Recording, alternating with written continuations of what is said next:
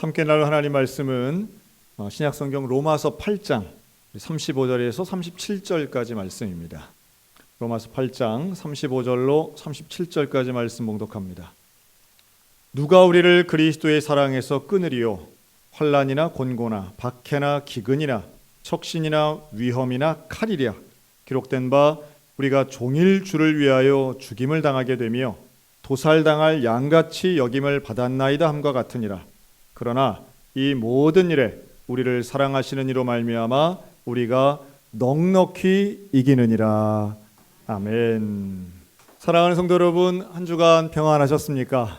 우리 하나님의 은혜가 우리 모든 성도들과 또 그 일터와 가정 위에 날마다 함께 하시기를 주님의 이름으로 축원합니다. 오늘은 성결교회와 사중복음이란 제목으로 함께 말씀을 나누겠습니다. 정확히 115년 전인 1907년 5월 30일 서울에 옛날엔 무교동이라고 했는데요, 지금은 종로 2가에 해당됩니다. 여기에 작은 새빵 하나를 얻은 청년 2명이 북을 들고 길거리로 나섭니다. 그리고 북을 치며 이 두 청년은 이렇게 외칩니다. 믿기만 하오, 믿기만 하오. 때론 노래를 부르기도 하고 때로는 소리쳐 외칩니다. 예수를 믿기만 하오. 이 두 청년의 이름은 김상준과 정빈이었습니다. 이 둘이 어렵게 마련한 그 작은 방의 이름을 복음 전도관이라고 이름 붙였고요. 이들의 그 창의적인 전도, 오늘날 우리들에게는 그런 전도가 옛날 70년대, 80년대의 전도 방식이라 생각하지만 당시 1907년에는 북을 치며 길에서 전도하는 노방전도의 방식은 상당히 창의적이고 새로운 방식이었습니다. 직접 전도라고 하는 이 노방전도를 통해 사람들은 귀를 기울이고 이 젊은 청년들이 하는 이야기에 귀를 기울이고 함께 들었습니다. 그리고 많은 사람들이 그 복음의 소리를 듣고 모여들기 시작합니다. 그때 이 두 사람이 김상준과 정빈이 외쳤던 전도 표제가 있습니다. 전도 표제라고 하는 건 성경에 나오는 많은 내용들이 있지만 이것을 전도하기 위해 정리한 신학적인 제목들입니다. 웨슬리 신학의 영향을 받은 이 두 사람은 일본에서 공부한 내용을 그대로 가지고 와서 전도 표제를 만들었는데, 그럼 따라할까요? 중생, 성결, 신유, 재림, 이 네 가지를 묶어서 사중복음이라고 이름을 붙였습니다. 네 가지의 아주 중요한 복음이라고 하는 거죠. 그래서 이 사중복음은 115년이 지난 지금까지 우리 성결교인이라면 당연히 전해야 하고 경험해야 하는 소중한 신학적 개념으로 가지고 있습니다. 형태도 달라지고 이름도 달라졌습니다. 복음 전도관이 교회가 되는 데까지는 몇 년이 더 걸렸습니다. 이 젊은 청년들은 교회를 세우기 위함도 아니고 교단을 만들기 위함도 아니었습니다. 그저 나를 살려주신, 나를 구원해 주신 예수 그리스도를 전하기 위해, 복음만 전하기 위해 전하다가 사람들이 많이 모여지니까 1911년 최초의 교회를 세우는데, 그것이 오늘날 동대문에 있는 서울에 있는 중앙성결교회입니다. 그때부터는 지역마다 이 중앙교회들이 가장 역사가 오래된 교회가 되곤 합니다. 어쨌든 116년의 역사를 갖고 있는 우리 성결교회는 이런 아름다운 전도의 전통, 그리고 사중복음의 전통을 가지고 오늘날까지 지내고 있는데요. 저는 오늘 사중복음에 대해 잠깐 말씀을 드리려고 합니다. 첫째는 중생이죠. 중생은 거듭남입니다. 다시 태어나는 것입니다. 누구나 그리스도인들이라면 이 중생의 경험이 있어야 합니다. 이전에 내가 아닌 예수 그리스도를 구주로 영접하여 죄의 자녀가 아닌 빛의 자녀로 구원받은 사람으로서 사는 놀라운 삶의 변화, 다시 태어나는 두 번째 태어나는 이 중생의 경험은 내가 예수 그리스도를 믿음으로만 가능합니다. 그런데 여기에는 아주 중요한 전제가 하나 있습니다. 중생하기 위해선 전제가 두 가지 있어야 되는데, 첫째는 하나님이 여기 계신 것을 믿어야 합니다. 할렐루야. 하나님이 계신 것을 믿을 수 있는 믿음의 은혜가 있으시기를 주님의 이름으로 축원합니다. 이게 믿어야지 한다고 믿어지는 건 아니에요. 참 놀랍게도 사람의 믿음이라고 하는 건 노력으로 생기는 거는 아니고 정말 믿어지는 순간이 와야만 합니다. 그게 하나님의 은혜지요. 다만 그 믿어지는 순간을 위하여 기도하기도 하고 노력하기도 하는데요. 더 중요한 게 있습니다. 그 믿어지는 순간을 유지하는 것 또한 중요합니다. 그리고 또 하나의 전제가 있는데 그것은 그 하나님이 나를 사랑하신다는 거예요. 하나님이 계신 것과 그의 아들을 우리에게 주신 것, 우리를 사랑하시는 것을 믿는 사람이 중생을 경험하게 됩니다.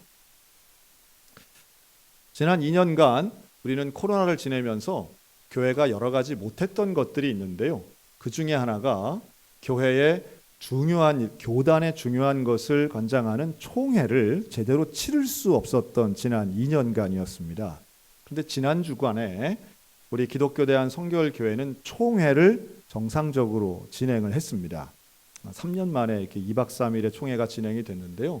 우리 성결교회는 전국적으로 약 2,700개 교회가 있고 이것을 전국 단위로 54개의 지방회로 나뉘어져 있습니다.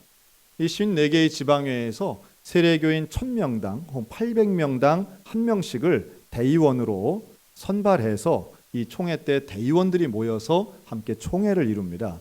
우리 강원 서지방도 목사님 7명, 장로님 7명이 대표로 나가는데요. 감사하게도 저와 우리 교회 장로님들이 대의원으로 참석을 할 수 있었습니다. 아마도 관심 있는 분들은 이러한 교단이 예배를 드리는 거는 괜찮은데 회의를 하러 모이면 목사님, 장로님들이 싸운다, 아마 이렇게 생각하시는 분들도 혹시 계실지 모르겠습니다. 타교단 이야기지만 무슨 가스총이 등장하고 몽둥이가 등장하고 고성과 욕설이 난무하던 총회장이 분명히 있는 것도 사실인데요. 그러나 우리 성결교단을 예로 든다면 우리 교단의 총회는 그렇지 않습니다. 가보면 진지하고 회의이기 때문에 예배와는 좀 다른 분위기이긴 하지만 시종일관 헌법을 수정하고 또한 의견을 개진하고 또 열띤 토론도 있지만 결국엔 모든 것이 원만하게 마무리되는 수순으로 대부분의 총회가 진행되곤 했습니다. 물론 그렇지 못한 불상사들도 가끔씩 몇 년에 한 번씩 있기는 하지만 다른 교단과 비교할 때는 지극히 정상적인 회의가 대부분 진행이 됩니다.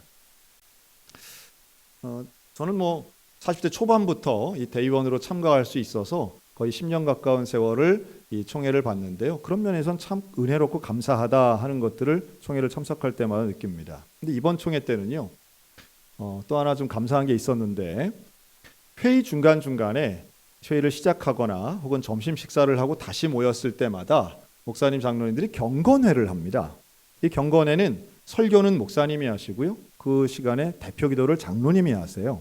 근데 이 순서 담당을 어떻게 하느냐 하면 전국에 있는 54개 지방회의 지방회장과 부회장 장로님 두 분이 이렇게 순서를 맡아서 하는데 5번의 예배이기 때문에 이게 전국 단위로 이렇게 돌아서 평균적으로는 우리 지방이 그 순서를 맡는 것은 거의 10년에 한 번 정도 돌아옵니다. 그러니까 그 순서가 돌아올 때에 본인이 지방회장을 하거나 혹은 부회장을 해야만 그 단상에 올라갈 수 있는 것, 상당히 그 귀한 순서입니다. 근데 감사하게도 이번 회무 중에 경건회 때에 대표 기도를 누가 하셨냐 하면 바로 우리 소양교회에 조금 전에 대표 기도해 주신 김용일 장로님께서 그 대표 기도를 하셨어요. 얼마나 준비되고 정제된 언어로 이렇게 기도를 하셨는지 회중 모두가 은혜 받았더라, 이런 거죠. 회의록엔 그렇게 쓰여집니다. 그런데 중요한 건 이제 설교하시는 목사님들이세요. 대개 설교를 지방회장 목사님들이 하시는데 이분들은 상대적으로 좀 젊으십니다. 대의원들이 대개 60대 초중반들이 가장 많으신데 이 설교하시는 목사님은 대개 50대 초중반의 목사님들이 이제 설교를 하십니다. 수십 년간 설교하지만 이렇게 전체 대의원 그 목사님 장로님들이 가득히 한 760명 정도 되시는데 이분들 앞에 설교하는 건 또 좀 느낌이 좀 다른 거죠. 그래서 이번에 그 설교를 맡으신 제가 잘 아는 선배 목사님이세요. 근데 이분이 이제 그 설교 부탁을 받고 대의원으로도 처음 가는 해인데 설교를 맡으신 거죠. 그래서 이제 본인은 스스로 긴장도 되고 염려도 되셨던 것 같아요. 그래서 이거를 누구에게 좀 의논을 할까 싶어서 같은 지방회에 있는 가장 어른 목사님을 찾아갔답니다. 근데 이분이 참고로 설교를 하신 본문은 에스겔서인데요. 이 에스겔서를 가지고 그날 설교를 준비하다가 이제 찾아가신 거예요. 선배 목사님에게 이렇게 물었습니다. 목사님, 총회에서 제가 설교를 하게 됐는데 걱정이 많이 됩니다. 어떻게 준비하면 좋을까요? 그랬더니 그 어른 선배 목사님이 갑자기 바짝 오시더니 그러시대요. 걱정하지 마. 아무도 안 들어. 누가 경건의 설교를 이렇게 열심히 듣겠냐. 짧게 해. 그러시더래요. 물론 후배의 긴장을 좀 누그러뜨리려고 했던 가벼운 말씀이라고 생각이 듭니다. 그런데 이 목사님은요, 물론 짧은 시간의 설교였지만 최선을 다해서 준비하셨습니다. 기도하며 준비했는데요. 그 에스겔서에 나오는 여호와 삼마라고 하는 단어를 가지고 설교하셨습니다. 그 에스겔서의 배경은요, 포로기에 잡혀온 가장 비참했던 유대인들에게 하나님이 주신 말씀이었던 거예요. 그런데 그 여호와 삼마라고 하는 뜻은 뭐냐 하면 하나님이 거기 계신다라고 하는 뜻이에요. 유대인들은 하나님이 성전에 계시는 줄로 알았습니다. 그런데 그 성전이 무너지고 나라를 빼앗겼어요. 이방 땅에 포로로 잡혀왔어요. 그런데 하나님이 주시는 위로는 뭐였느냐? 이 땅에도 이곳에도 하나님이 계신다. 미래에 대한 소망이죠. 그러면서 그 목사님이 설교를 이렇게 마무리 지었습니다. 우리가 회의를 하기 위해 총회로 이 자리에 모였지만 여기에도 하나님은 계신 줄로 믿습니다. 그런데 그 울림이 있더라고요. 제가 그 시간에 감동을 받았어요. 하나님 여기도 계시는구나.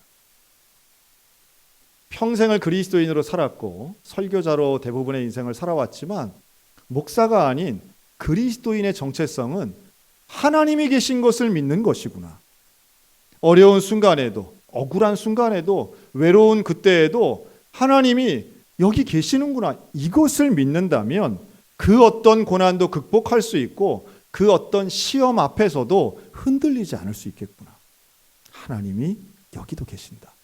여러분, 중생의 경험은 하나님이 계신 것을 믿는 것을 전제로 합니다. 하나님이 계신 걸 믿는다면 우리의 말과 행동은 당연히 하나님이 원하시는 대로 살 수밖에 없습니다. 우리는 가끔 그걸 망각하는 것 같아요. 하나님이 계시다는 걸 망각하니까, 착각을 하니까 내 뜻대로 내 소견대로 사는 거죠. 하나님이 계신 것을 믿음으로 나를 위해 십자가에 달려 돌아가신 그 예수 그리스도의 은혜만으로 평생을 감사하며 하나님과 동행하는 인생 살아가는 저 여러분들 되시기를 주의 이름으로 축원합니다. 그리고 그런 삶이 채워질 때에, 즉 하나님 여기 계시지, 그러니 하나님 원하시는 삶을 살아야지 라고 하는 삶이 될 때, 하나님의 생각이 나의 생각이 되고 하나님 원하시는 게 나의 소원이 될 때, 그것을 우리는 그리스도인의 완전이라고 말합니다. 다른 말로 하면 그게 바로 성결입니다. 성결은 하나님으로 생각이 가득한 거예요. 우리는 이걸 성령 충만이라고도 합니다. 성령 충만은 성령으로 가득한 상태예요. 그래서 죄의 유혹이 들어올 곳이 없는 거죠. 빈 잔에 물을 가득 채우면 다른 걸 쏟아 부어도 다른 게 잘 안 들어가는 것과 같은 원리예요. 하나님의 은혜가 가득한 사람은 죄의 유혹에 대해서 이겨야지가 아니라 하나님의 은혜에 감사하며 감격하며 살면 자연스럽게 죄의 유혹 가운데 넘어지지 않는다라고 하는 겁니다. 얼마나 위대한 원리인지 몰라요. 우리 성결교회는 바로 그 성결의 능력과 은혜를 믿고 있는 교회입니다. 그리고 우리가 성결의 능력을 회복할 때에 우리는 세상 한가운데 살지만 세상과는 구별된 그룹이 되는 거예요. 세상과 구별된다는 건 거룩함입니다. 그 거룩함의 가치를 가지고 살 때에 세상은 교회를 무시하고 멸시하는 게 아니라 인정하고 존경하게 될 줄로 믿습니다. 우리의 삶의 원리가 그런 것이죠. 성공이 중요한 게 아니라 거룩이 중요하다라고 하는 말씀이에요. 그 거룩함은 결국 성결의 은혜로 귀결됩니다.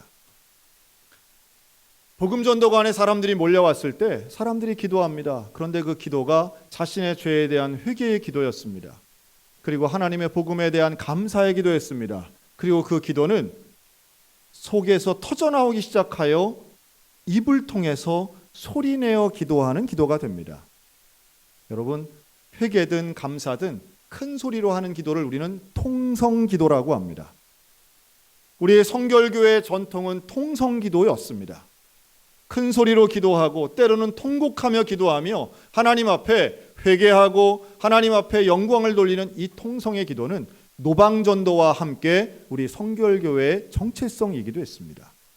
이제 이것이 다시 회복되기를 원합니다. 하나님 앞에 거듭남의 은혜를 가지고 성결하게 살아가는 백성들이 끊임없이 전도하고 열정을 가지고 기도할 때에 다시 한번 놀라운 교회의 부흥이 일어나게 될 수 있는 줄로 믿습니다.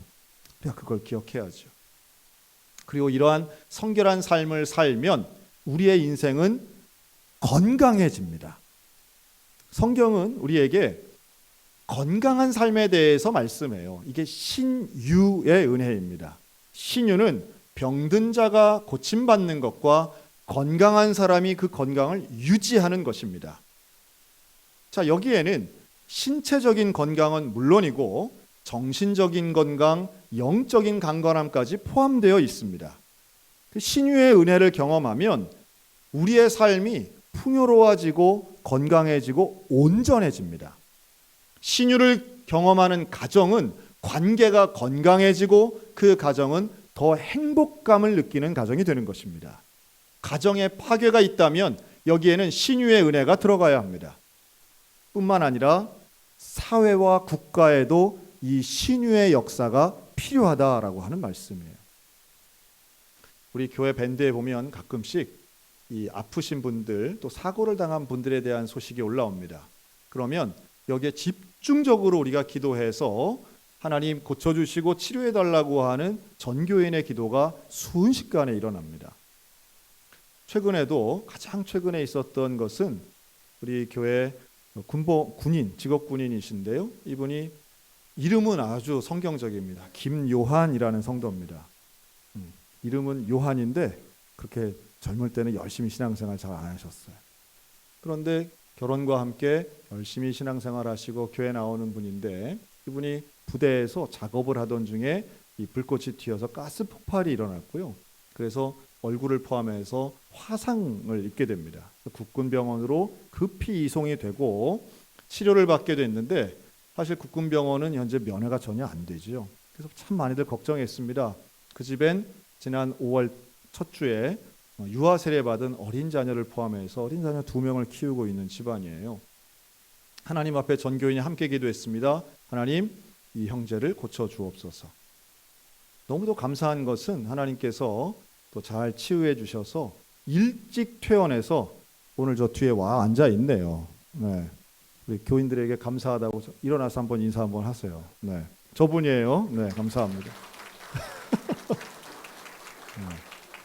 뭐 하여튼 우리 교회는 도지사 후보는 인사를 안 시켜도 어쨌든 신유를 경험하신 분은 또 이렇게 인사 한번 합니다. 네. 김유한 마스크 끼고 있고 잘 모르실 거예요. 네. 우리가 간절히 기도했어요. 지금 뭐 몇 분 더 보이십니다. 사실은 이렇게 저렇게 병원에 수술하시고 또 힘드셨던 문제들 우리가 기도했는데 이렇게 오시는 분들 보면 제가 설교하면서도 이렇게 보이고 너무 감사하죠. 여러분, 신유를 위하여 기도할 때 하나님의 기적과 이적은 여전히 유효하고요. 하나님의 놀라우신 손길은 분명히 우리를 붙잡아 주실 줄로 믿습니다. 그걸 믿고 기도하는 거죠. 그런데 우리가 또한 믿기는 이 2022년도에는 이 신유의 역사가 가정으로 또 국가로 지역사회로 이렇게 나아가길 원하는 거예요. 단순히 내 병만 고쳐지는 게 아니라 사회의 병, 사람들의 병, 시대의 병도 고칠 수 있도록 우리가 기도할 책임이 있다라고 하는 겁니다. 모두가 잘못 생각하는 사상적인 질병들도 있습니다. 하나님의 원리에 위배되는 것들을 멀쩡하게 그게 옳다고 이야기하는 잘못된 환경과 생각들도 바뀔 수 있도록 하나님, 이 시대에 하나님, 이 민족 가운데 신유의 역사를 달라고 기도해야만 합니다. 여러분, 우리 내일 모레 며칠만 있으면 6월 1일 지방자치 선거하는 날입니다. 제가 한번 퀴즈를 드릴게요. 이번 지방자치 선거는 우리가 투표용지를 몇 장이나 받을까요? 들어가면 네, 잘하시 7장 받습니다. 7명 뽑아야 돼요. 7. 어떻게 7명이나 돼? 라고 하지만 자, 한번 세볼까요? 첫째, 광역자치단체장, 우리의 입장에서는 도지사를 뽑는 거죠. 또 두 번째는 지방자치단체장, 즉 춘천시장을 뽑습니다. 그리고 세 번째는 광역의원, 도의원이 되죠. 네 번째는 지방자치의원이 있습니다. 시의원이 있습니다. 여기까지는 아마 다들 아실 거예요. 그 다음 5번, 6번이 중요한데 5번, 6번은 비례대표입니다. 그래서 광역 비례대표, 이 지역 시의원에도 비례대표가 있어서 개인이 아닌 정당을 투표하는 용지가 2장이 더 있고요. 그리고 마지막 7번째는 정당이 없어서 이름으로 순서가 나오는 교육감이 있습니다. 잘 보고 찍으시기 바랍니다. 대부분 교육감이 강씨, 고씨, 구씨가 유리했다라고 하는 것은 1번, 2번이라고 해서 우리가 생각하는 그 정당들이 아니라는 거예요. 교육감은 전혀 다릅니다. 이렇게 7분이 7장을 가지고 우리가 해야 되는데요. 투표를 해야 되는데 투표와 선거는 조금 개념이 다르죠. 투표는 말 그대로 투표 용지에 도장을 찍어서 함에다 넣는 행위를 투표라고 하는 거고요. 이 모든 절차를 다 해서 선거라고 합니다. 그래서 투표관리위원회가 아니라 선거관리위원회라고 합니다. 네, 목사님이 별말을 다 하죠. 국민으로서 우리가 마땅히 선거에 참가해서 투표를 하는 건 참 중요합니다. 그리고 누가 당선되느냐도 당연히 중요하겠죠. 하지만 누가 당선되든 우리가 해야 할 일은 이 지역사회가 잘 발전할 수 있도록 협력하고 어떠한 미혹에도 흔들리지 않도록 응원하고 함께 가는 것이 훨씬 더 중요하다 생각합니다. 그리고 여러분 기도해 주시기 바랍니다. 우리는 춘천을 성시화하기 위하여 기도하고 노력하는 그리스도인들입니다. 이 도시가, 우리가 살고 있는 이 지역이 하나님이 기뻐하시는 거룩한 곳이 되어서 치료받고 건강해지는 신유의 은혜가 임한 땅이 되도록 여러분 기도하면서 이번 선거에 임하셨으면 좋겠습니다. 그리고 함께 노력할 때 분명히 더 좋아지는 역사가 일어나게 될 줄로 믿습니다. 우리 그리스도인들은 미래를 향하여 역사의식을 갖는데 어떤 식으로 역사의식을 갖느냐 하면 더 좋아질 것이라고 생각합니다. 그 더 좋아질 것이라고 하는 건 지금 환경론자나 다른 분들은 다 지구의 미래가 어둡다, 인류의 미래가 어둡다라고 이야기하지만 우리 그리스도인들은 앞으로 더 잘 될 거라고 믿는 사람들이에요. 어떤 것이 잘 되는 것인가? 여러분, 이 세상의 끝은 언제일까요? 이 세상의 마지막은 예수님이 이 땅에 오시는 날이 마지막인 줄로 믿습니다. 이것을 우리는 재림이라고 말합니다. 재림의 신앙은 미래를 보는 거예요. 재림의 신앙은 앞으로의 역사가 결국 예수께서 이 땅에 오실 것이고 그 오시는 예수님을 통해 하나님의 나라가 완성된다고 믿는 것입니다. 그래서 우리는 어떤 현재의 고난도 이겨낼 수 있는 거예요. 극복할 수 있는 거예요. 미래의 소망을 믿기 때문에.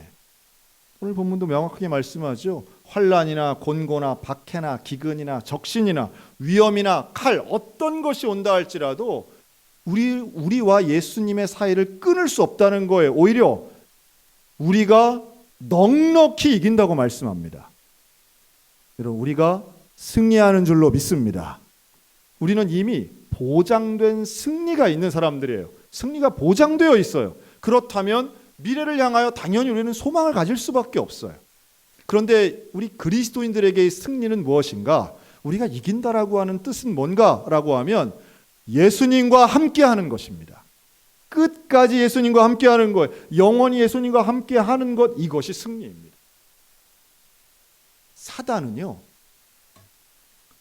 목표가 하나뿐이에요.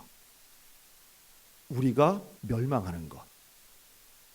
그러려면 예수님을 안 믿게 하는 게 사단의 목표예요. 예수님으로부터 떨어뜨리는 것이 사단의 목표예요. 이걸 이루기 위해 사탄이 우리를 얼마나 공격하는지 몰라요. 어떤 때는 예수님과 떨어뜨리기 위해서 우리에게 돈을 왕창 줄 때도 있어요. 어떤 때는 예수님과 떨어뜨리기 위해서 출세를 시켜줄 때도 있어요. 돈 자체가 나쁜 건 아니에요. 그런데 돈이 많아지어서 이 사람이 예수님으로부터 떨어진다라고 하면 사단은 그런 전략도 쓴다는 거예요. 좋은 게 다 좋은 게 아니에요. 무엇이 좋은 것인가? 끝까지 예수님과 붙어 있는 게 좋은 거예요. 참 아이러니하게도 저는 목회를 하면서 병에 걸렸다가 고침받은 분들을 참 많이 봅니다. 그래서 참 아이러니한 건 뭐냐 하면 병 때문에 힘들 때는 그렇게 예수님과 가까이 계시던 분이 건강해지니까 예수님과 멀어지시는 분들이 있더라고요.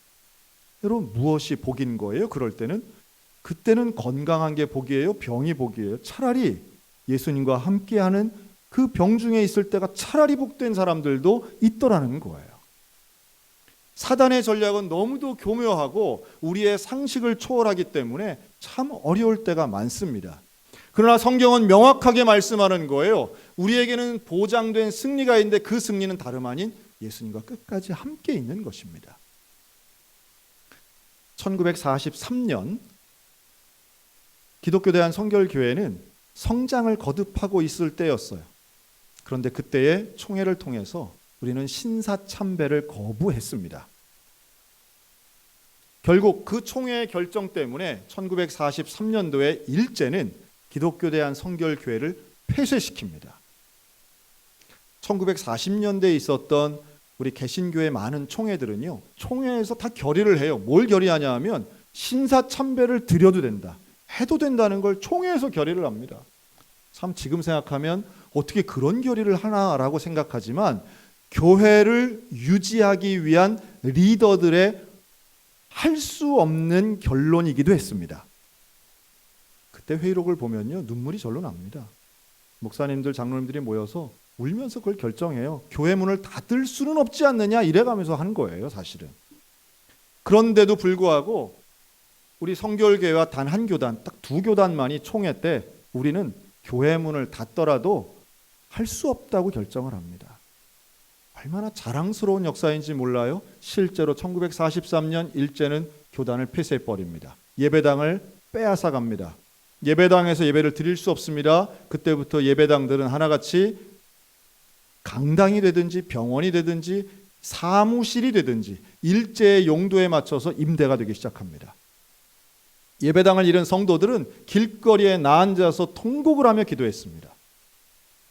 그러나 당시의 성도들은, 우리 성결교회 교인들은 소망을 잃지 않았습니다. 하나님께서 우리와 함께 하시고 결국 승리하게 하실 하나님을 믿었습니다. 1944년 어두운 것 같은 그 한 해를 믿음으로 버텼더니 1945년 결국 일제압제로부터 해방되고 그해 9월달 우리는 재건총회란 이름으로 총회를 합니다. 그 재건총회 회의록을 보면 모두가 감격하여 하나님이 살아계시고 하나님이 승리하셨고 우리가 다시 회복되었습니다 라고 말합니다.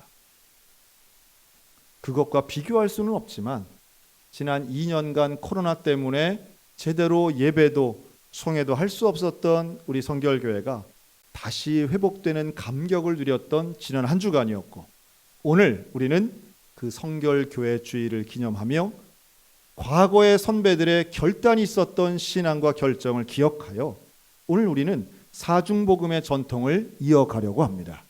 사랑하는 성도 여러분, 변화된 삶을 살아가는 중생과 거룩한 삶을 살아가는 성결, 온전하고 건강한 삶을 살아가는 신유, 미래의 소망을 두고 승리를 예측하는 재림의 삶을 살아가며 이 놀라운 사중복음을 세상 가운데 증거하는 우리 모두가 되었으면 좋겠습니다.